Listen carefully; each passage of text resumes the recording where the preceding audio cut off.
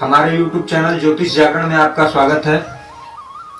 मित्रों, जैसा कि आप जानते हैं कि हम लोग फलित ज्योतिष में भाव के बारे में पढ़ रहे हैं। पिछले पाठ में हमने बताया था कि जो 12 भाव होते हैं उनको एक नाम से आपको बताया था कि उनके एक नाम हर भाव के बताए गए थे। हमने बताया था मित्रों कि ये लग्न होता है, ये धन भाव होता है, ये पराक्रम भाव या बल भाव होता है, ये सुख भाव होता है, ये प्रेम भाव होता है, ये संघर्ष का भाव होता है, शत्रु भाव होता है। सप्तम जो है वो पत्नी का भाव होता है, भोग का भाव होता है। अष्टम आयु का भाव होता है, नवम भाग्य का भाव होता है, दसम कर्म का भाव होता है और एकादश आय का भाव होता है, लाभ का भाव होता है और द्वादश जो है ये व्यय भाव होता है। मित्रों, इन भावों को के कुछ विशेष नाम भी हैं।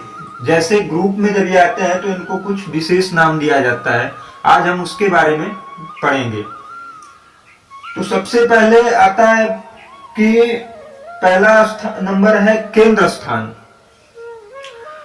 मित्रों, 1 नंबर, 4 नंबर, 7 नंबर, 10 नंबर ये केंद्र स्थान होते हैं। केंद्र स्थान को बहुत शुभ स्थान माना जाता है। इसमें जो ग्रह रहते हैं वो बहुत अच्छा फल देते हैं। कभी कभी इसमें रहने वाले ग्रह भी अशुभ फल देते हैं, लेकिन ज्यादातर केंद्र स्थान में जो ग्रह रहते हैं वो शुभ फल ही प्रदान करते हैं। इसलिए केंद्र स्थान को शुभ स्थान माना जाता है।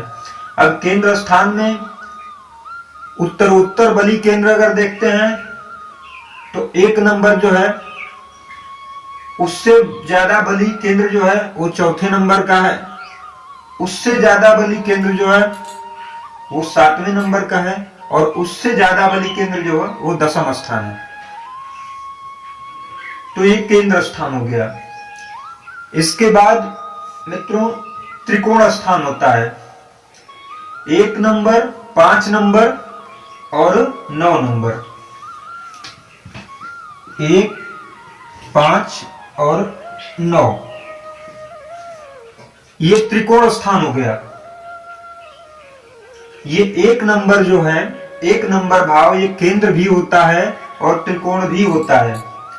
मित्रों, एक बात आप जान लीजिए कि त्रिकोण स्थान के स्वामी कभी अशुभ फल नहीं देते हैं। ये त्रिकोण स्थान जो है ये हमेशा शुभ फल देता है। अगर किसी का त्रिकोण स्थान मजबूत है तो उससे शुभाशुभ फल ही मिलेंगे। ये कभी त्रिकोण स्थान अशुभ फल नहीं देते हैं। त्रिकोण स्थान के बाद मित्रों फिर आता है परफर भाव। 2, 5, 8, 11 ये हो गया, ये हो गया, ये हो गया और ये हो गया। ये परफर भाव है। 2, 5, 8, 11 इसमें भी 2 नंबर का भाव जो होता है धन भाव होता है। 5 नंबर का भाव जो होता है वो प्रेम भाव होता है। ये 8 नंबर का भाव जो है ये आयु भाव होता है और ये 11 नंबर का भाव जो है ये लाभ भाव होता है। तो इसमें भी ये तीनों भाव अच्छे होते हैं। एक अष्टम जो है ये अच्छा नहीं होता है। ये चारों परफर भाव हो गए। परफर के बाद मित्रों अपोक्लेम भाव होता है। 3, 6, 9, 12 3, 6, 9 और 12 ये चारों एक दूसरे से केंद्र में होते हैं। जैसे इससे केंद्र में ये हो गया, इससे केंद्र में ये हो गया, इससे केंद्र में ये हो गया, अपोक्लेम भाव हो गया। इसमें तीसरा घर अशुभ स्थान होता है, छठा घर अशुभ स्थान होता है, 12वां घर अशुभ स्थान होता है, ये दुख स्थान होता है, सॉरी 12वां घर दुख स्थान होता है, और एक भाग्य स्थान है, ये शुभ स्थान होता है त्रिकोण का। ये अपोक्लेम भाव हो गया। अपोक्लेम के बाद उपचय स्थान आता है। मित्रों, कहा जाता है कि जिसका उपचय स्थान 3, 6, 10, 11, 3, 6,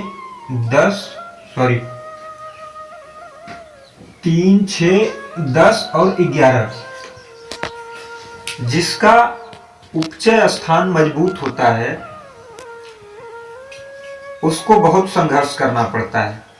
जिसके उपचय स्थान में ग्रह होते हैं, ये स्थान मजबूत होता है, वो अपने भाग्य का निर्माण स्वयं करता है। बाकी जो अनुपचय स्थान है, जिसका ये स्थान मजबूत है, ये स्थान मजबूत है, ये स्थान मजबूत है, या ये स्थान मजबूत है, जैसे देखते होंगे कि कोई अपनी जिंदगी अपने पिता की कमाई के सहारे बिता रहा है, कोई भाई की कमाई के सहारे बिता रहा है, कोई पत्नी की कमाई के सहारे बिता रहा है, तो उसको स्वयं अपना भाग्य निर्माण करने की जरूरत नहीं है, उसका वैसे ही चल जाता है। लेकिन जिसका ये भाव जो होता है, ये पराक्रम का भाव होता है, ये भाव होता है, ये संघर्ष का भाव होता है, ये कर्म का भाव होता है, और ये लाभ का भाव होता है। इसका मतलब जातक अपने पराक्रम से, अपने संघर्ष से जो कर्म करता है उससे लाभ मिलता है और उसका भाग्य निर्माण होता है। तो ये उपचय स्थान हो गए।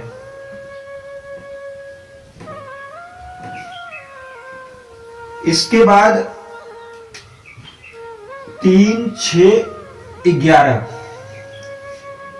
इसको अशुभ स्थान कहते हैं, त्रिषडाय, त्रिषड, और इसको आय भाव कहते हैं, लाभ भाव। तो त्रिषडाय होता है, ये अशुभ स्थान में आते हैं। हालांकि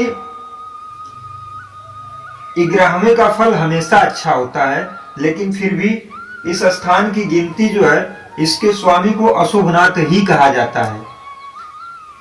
तीसरे स्थान का भी फल कोई बहुत बुरा नहीं होता है, अच्छा ही होता है।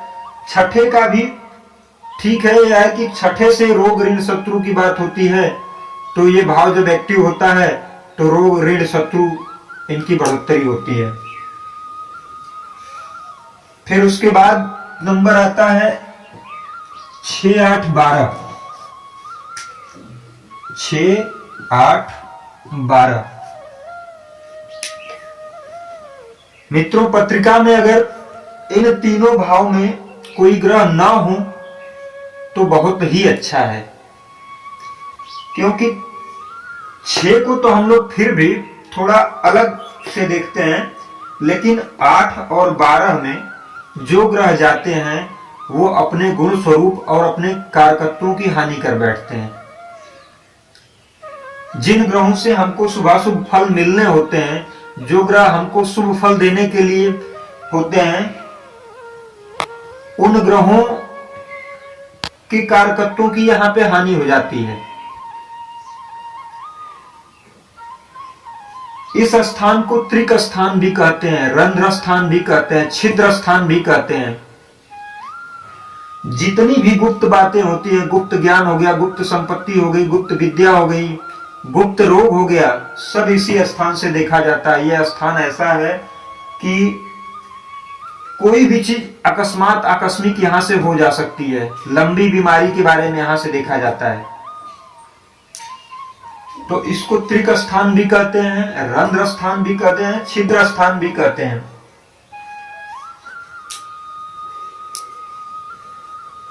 आशा करता हूं मित्रों आपको पाठ अच्छा लगा होगा।